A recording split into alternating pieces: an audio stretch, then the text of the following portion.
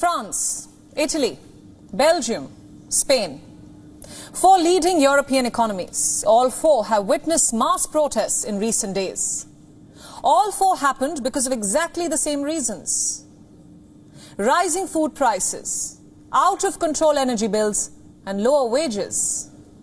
Basically, the ongoing cost of living crisis. It is now hitting Europe hard. Today, Europe witnessed one more protest in France.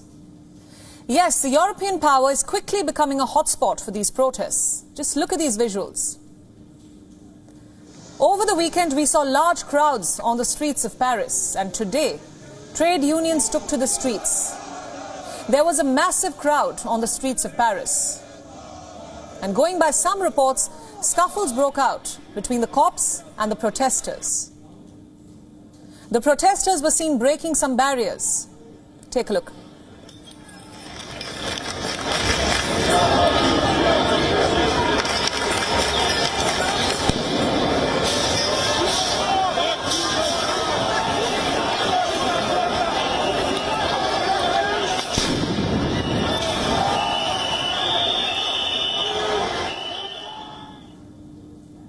So what do these protesters want? They are demanding higher salaries. These protests are being called Emmanuel Macron's stiffest challenge yet. But he isn't the only European leader who is facing this challenge. The entire economy of the euro area is now being tested. Why is the European economy hurting?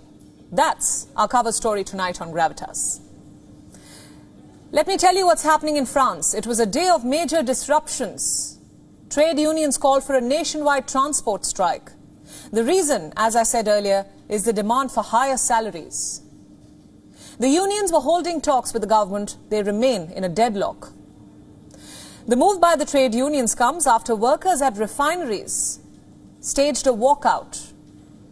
This disrupted the distribution of fuel across France.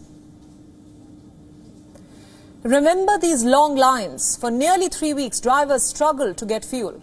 As several fuel depots were closed down, even now French drivers are struggling. It's been 2 weeks now that the French government says that it will be fixed in the week. What week? We don't know. It's starting to be too long now.